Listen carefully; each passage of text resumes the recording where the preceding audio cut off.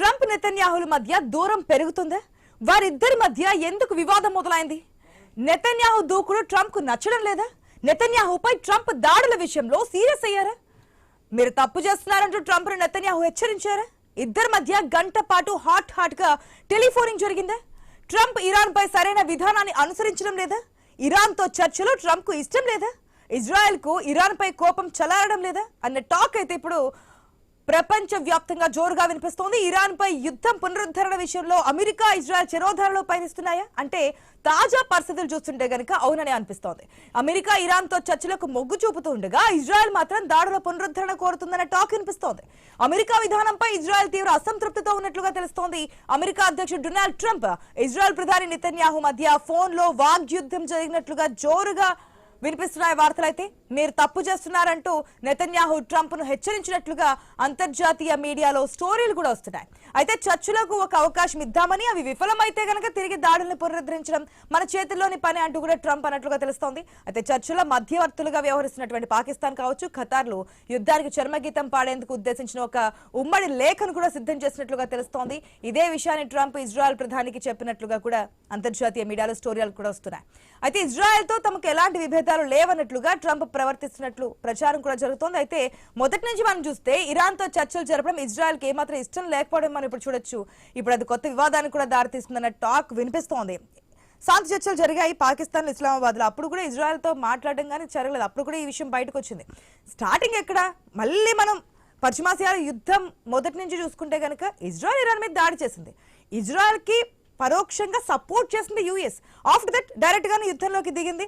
Israel ఒకవేళ దాడులు చేయకపోతే యుఎస్ ఎక్కువ దాడులు చేయడం, వార్ అనేది 2 sides గా మారిపోయినటువంటి సిచ్యువేషన్ మనకు కనిపించింది. సో ఇప్పుడు శాంతి చర్చలు అంటున్నారు, సీజ్ ఫైర్ అంటున్నారు. సీజ్ ఫైర్ ని మరో 15 రోజుల పాటు పొడిగించారు. ఇటువంటి సందర్భంలో ఇజ్రాయెల్ చెప్తున్నటువంటి స్టేట్మెంట్ చూస్తే ఎందుకు మీరు అంత సానుకూలంగా ఉంటున్నారు, ఎందుకంటే దాడులు చేయడంలో సీజ్ ఫైర్ కానీ కాల్పుల విరమణ కానీ ఎందుకు చెప్తున్నారు, ఈ విధానం కరెక్ట్ కాదు అంటూ కూడా నెతన్యాహు ట్రంప్కి చెప్తున్నట్టుగా తెలుస్తోంది. ఇక ట్రంప్ కూడా ఒక విషయం చెప్పారు, ఏదైతే డిమాండ్లు పెట్టామో ఆ డిమాండ్లు అంగీకరించకపోతే గనుక, మీరు యాక్సెప్ట్ చేయకపోతే కనుక మళ్ళీ మేము యుద్ధానికి సిద్ధంగా ఉంటాం, అక్కడ ఆల్రెడీ మా సైన్యం మోహరించున్నారు కాబట్టి అని.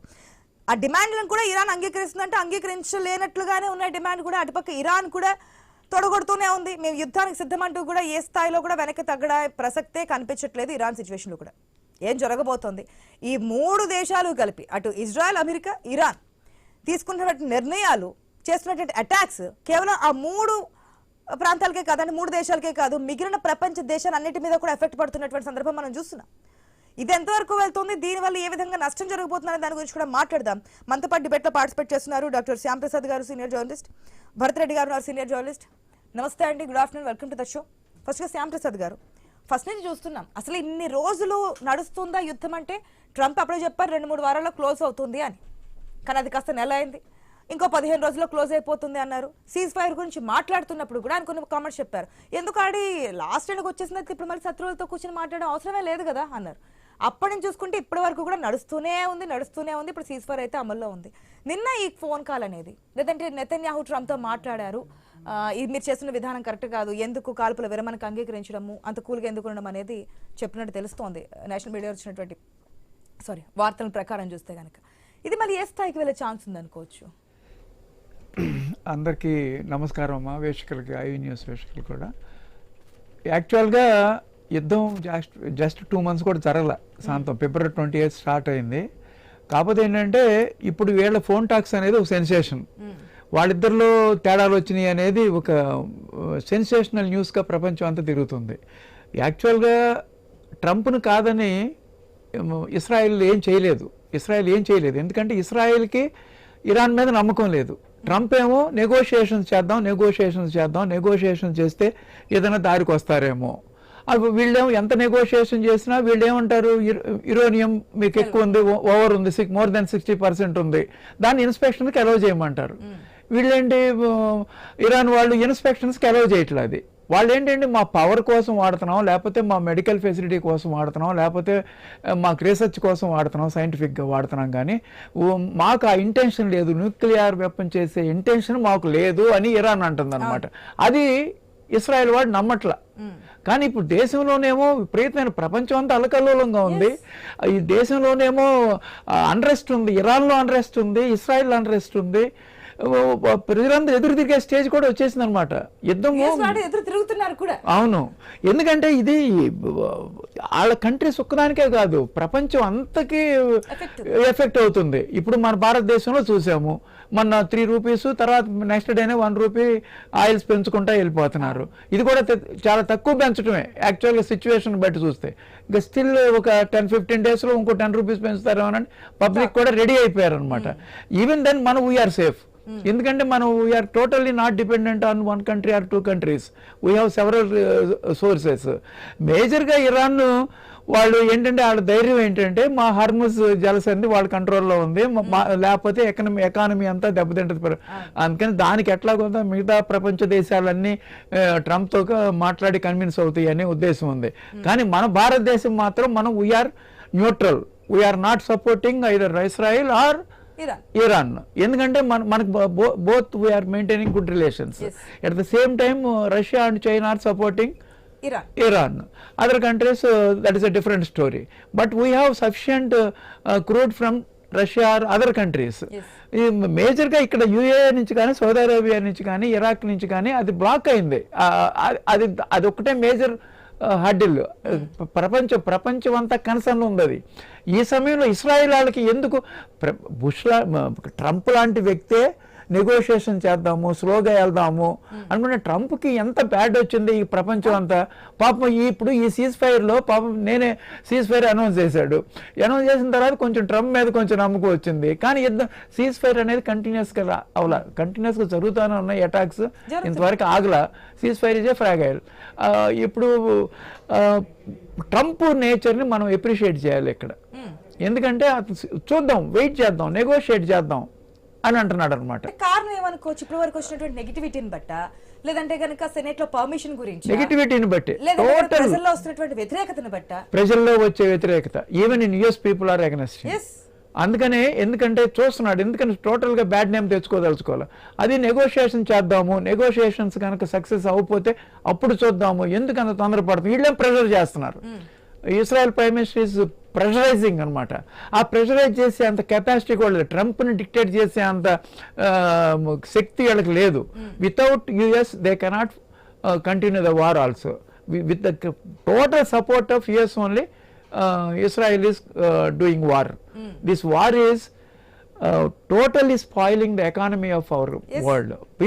All people of all total world is concerned about this. This is very bad, and let that negotiations going on. Negotiations అట్లా జరుగుతూ ఉంటే ఏదైనా రోజులో మేజర్ కన్సర్న్ ఇరానీమే కదా వాళ్ళకి. వాళ్ళ ఇన్స్పెక్షన్స్కి ఇప్పుడు అలౌ చేస్తే ఏం గొడవ పోద్ది. మేము నిజం చెబుతున్నారా అబద్ధం చెబుతున్నారో అర్థం కావట్లే. అక్కడ వాళ్ళు న్యూక్లియర్ వెపన్ కోసం అట్టి పెట్టారు. అగ్రీ చేయట్లేదు కదా, యురేనియం బ్లాక్స్ సంబంధించి కావచ్చు, హర్ముజ్ సంబంధించి కావచ్చు, ఇప్పటి వరకు ఏదైతే నష్టం జరిగిందో ఆ నష్టాన్ని భర్తీ చేయాలని కూడా అది మెయిన్ కాజ్. ఇవన్నీ కూడా డిమాండ్స్ అక్కడ యుఎస్ అంగీకరించట్లేదు, మేము యుద్ధం సిద్ధమంటున్నారు. కానీ ఇప్పుడు మళ్ళీ ఇజ్రాయెల్ కూడా తోడవడం అనేది ఒక పెద్ద ప్రశ్న. దీన్ని ఏ విధంగా ఉండబోతుంది, దీని ద్వారా ఇంకెంత నష్టం జరగబోతుంది ప్రపంచ దేశాలకని. ఒక నిమిషం సార్. ఎస్ భరత్ రెడ్డి గారు, గుడ్ ఆఫ్టర్నూన్ అండి.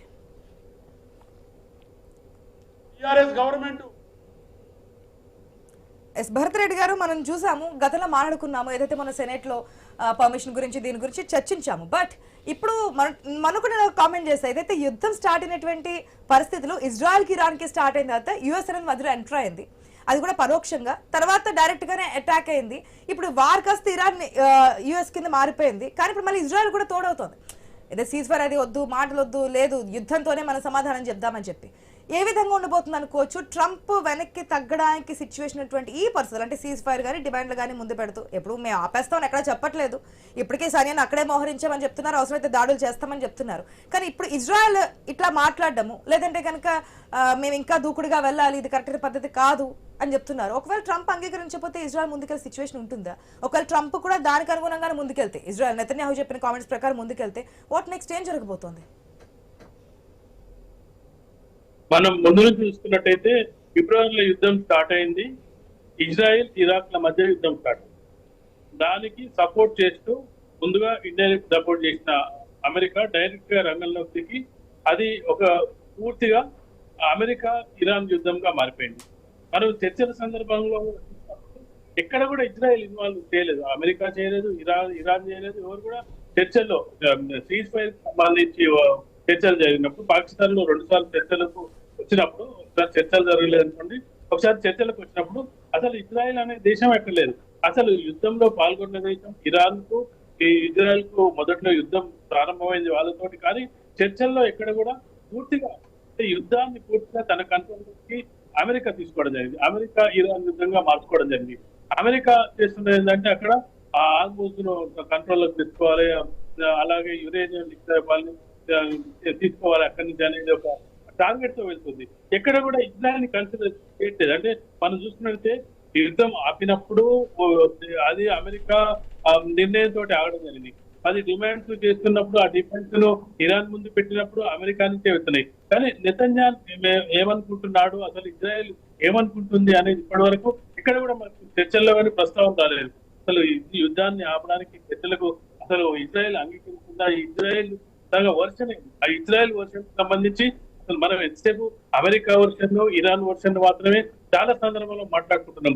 ఆ ఇరాన్ ఇన్ని డిమాండ్ పెట్టింది, 10 డిమాండ్ ఒప్పుకోవాలి, ఆ శాశ్వతంగా యుద్ధ మనకు రావాలి, 15 రోజులు యుద్ధ విరామం, 2 వారాల యుద్ధ విరామానికి ఒప్పుకోరు అంటే ఇవన్నీ షరతులన్నీ ఇరాన్ నుంచి రావడం జరిగింది. అమెరికా నుంచి 2 వారాల యుద్ధ విరామానికి సంబంధించిన షరతులు రావడం. ఎట్టకేలకు మొత్తానికి శాంతి ఒప్పందం ప్రకారం, కాల్పుల విరమణ ప్రకారం ఒక 60 రోజుల పాటు ఆగాలని ఒక అంగీకారానికి రావడం జరిగింది. ఈ అంగీకారానికి వచ్చిన క్రమంలో ఇజ్రాయెల్ ఎక్కడుంది అంటే మనము బేసిక్ క్వశ్చన్ ఏంటంటే ఈ ఇరు దేశాలు శాంతి చర్చలు జరుపుతున్న సందర్భంలో అసలు ఇజ్రాయెల్ పాత్ర ఏంది, ఇజ్రాయెల్ ఏంది అనేది ఇప్పటివరకు ఎవరికి తెలియని పరిస్థితి. ఇలాంటి సందర్భంలో ఆ ఇజ్రాయెల్ అధ్యక్షుడు ఇజ్రాయెల్ అయినప్పటికీ కూడా తర్వాత వార్ లో ఎక్కువగా ఇన్వాల్వ్ అయింది మాత్రం యుఎస్ఏ. ఇరాన్ మీద అటాక్ చేయడం కానీ, ఆ స్థావరాలను ధ్వంసం చేయడం కానీ, సామాన్య పీపుల్ మీద అటాక్ చేయడం కానీ, ఇవన్నీ చూసినైతే యుఎస్ సంబంధించినటువంటి ఆయుధాలే సైన్యమే అక్కడికి వెళ్ళడం కానీ, అక్కడ దాడులు చేయడం కానీ మనం చూసాం.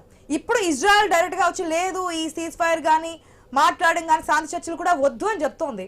దానికి ట్రంప్ అంగీకరించే ఆస్కారం ఉంటుంది అనుకోవచ్చా?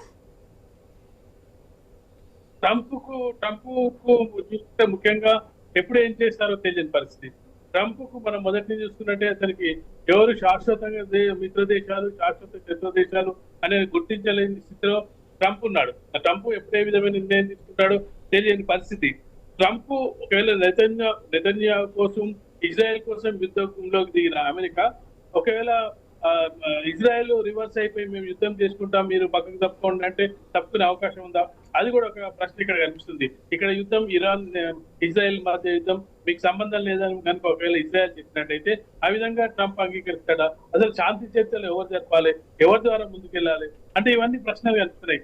ఎందుకంటే యుద్ధం ఎక్కడో ఒక చోట ఆపాల్సిన పరిస్థితి కనిపిస్తుంది. ఎందుకంటే ఇప్పటికే ప్రపంచ దేశాలు, ఇప్పుడు 3 దేశాల మధ్య ఇది ట్రయాంగిల్ మనం చూసుకుంటే ప్రపంచ దేశాల ఆర్థిక వ్యవస్థ అంతా కూడా కుప్పగూలుతున్న సందర్భాన్ని మనం చూడొచ్చు.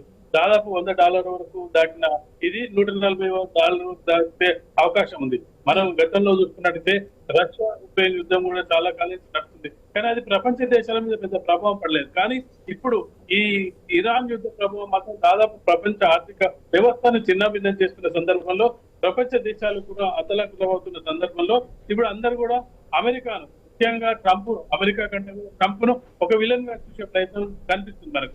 ప్రపంచ దేశాలతో పాటు, నాటో దేశాలతో పాటు, యూరోపియన్ కంట్రీస్ తో పాటు మిత్ర దేశాలు అనుకున్న ఏ దేశం కూడా ట్రంప్ కు వెనుకాల నడవడానికి సిద్ధంగా లేని పరిస్థితి కనిపిస్తుంది.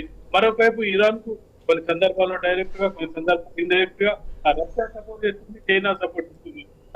చైనా ఇప్పటికే అమెరికాతో చాలా సందర్భాల్లో పోటీ పడుతున్న తన దేశంగా మనం చెప్పొచ్చు.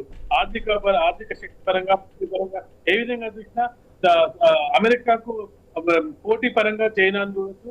రష్యా కూడా ఎక్కడ కూడా అమెరికా తగ్గే విషయం కనిపించలేదు. కాబట్టి ఖచ్చితంగా ఎవరైతే యుద్ధం దాటవడానికి ప్రోత్సహించి అలాగే యుద్ధ రంగంలోకి దింపిన ట్రంప్ ఇప్పుడు తీసుకునే నిర్ణయాలు ఇప్పుడు ఒక ఇరాన్ నొప్పించడం కాదు. ట్రంప్ ముందున్న 2 సవాళ్ళు ఉన్నాయి.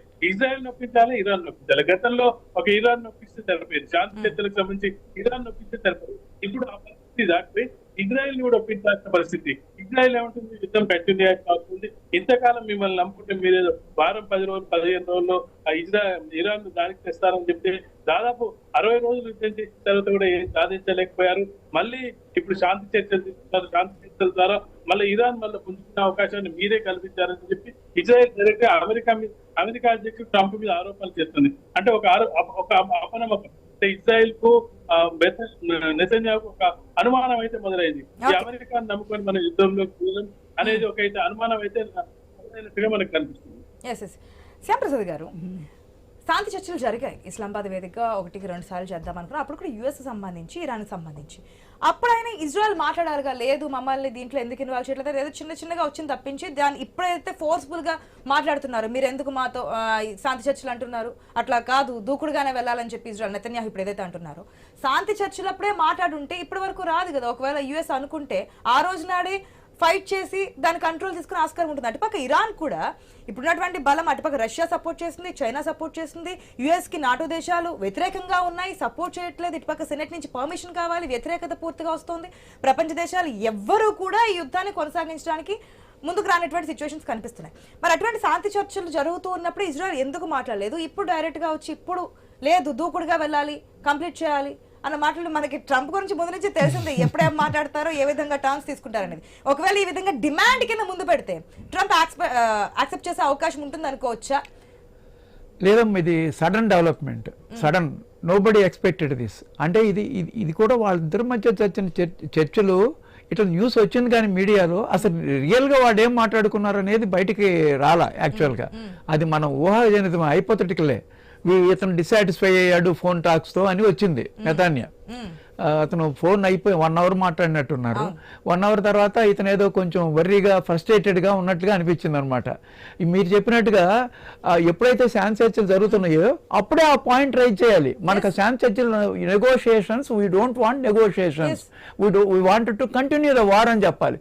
ఎప్పుడైతే సీజ్ ఫైర్ అనౌన్స్ చేశారో ఆ రోజే చెప్పాలి. ఆ సీజ్ ఫైర్ సక్సెస్ కాదు, ఆ యుద్ధము కంటిన్యూ చేస్తారు. అంటే అంత మాక్సిమం కాకపోయినా జస్ట్ అలా అటాక్ చేస్తానున్నారు, అన్ని రెడీగానే ఉన్నాయి. ఇజ్రాయెల్ హిజ్బుల్లా మీద అటాక్ చేస్తున్నప్పుడు ఎస్ మేము చేస్తూనే ఉంటామన్నారు. అప్పుడు ఇరాన్ ఖండించింది, మీరు సీజ్ ఫైర్ అని చెప్పి ఈ విధంగా అటాక్ చేస్తే మేము కూడా రంగంలో దిగుతామని చెప్పి అప్పుడు ఇరాన్ చెప్పినటువంటి సందర్భం కూడా మనకు కనిపించింది. సో ఒకవేళ మీరు ఏదైనా చేసుకోండి, మా దూకుడు మాదే అని చెప్పి ఆ రోజు మనకి ఏమైనా ఇండికేషన్ ఇచ్చినట్టు ఇవ్వలేదు. ఇప్పుడు దూకుడు ఇప్పుడు ప్రపంచం అంతా అల్లకల్లోలంగా ఉందమ్మా. ఎందుకంటే ప్రతి కంట్రీ కన్సర్న్గా ఉంది. ఇదేంటంటే ఇప్పుడు ఉక్రెయిన్ రష్యా వారి లాగా వాళ్ళకి మిగతా కంట్రీస్ మీద ఆ ప్రభావం పడట్లా, పడుతుంది. ఇప్పుడు ఏంటంటే ఆయిల్, మేజర్ గా ఆయిల్ ఇదైపోయేటప్పటికి economy of all the countries effect అవుతుంది. అన్ని కంట్రీస్, యుఎస్ లో పెరిగిపోయినాయి ఆయిల్స్, యూకేలో పెరిగిపోయినాయి, ఆఫ్రికాలో పెరిగిపోయినాయి, పాకిస్తాన్ లో పెరిగిపోయింది, ఇండియాలో అన్నిటికంటే తక్కువ పెరిగింది కదా.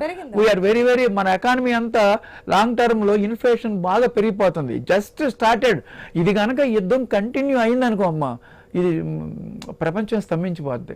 కాళ్ళు నెగోషియేషన్ చేయటమే. ఇప్పుడు ట్రంప్ ఇన్ని రోజులు అందరు క్రిటిసైజ్ చేశారు ట్రంప్ని, కానీ ఈ విషయంలో మాత్రం ట్రంప్ని సపోర్ట్ చేస్తారు అందరు. ఎందుకంటే లేదంటే లేదు, మనం మొదటి నుంచి ఇజ్రాయెల్ సపోర్ట్ గా ఉన్నాం కాబట్టి ఇప్పుడు ఇజ్రాయెల్ ఈ విధంగా మాట్లాడుతుంది కాబట్టి నెతన్యాహు లేదు వెనక్కి రావద్దు అంటున్నారు కాబట్టి ఇంకో పాయింట్ కూడా చెప్పినట్టు వచ్చింది.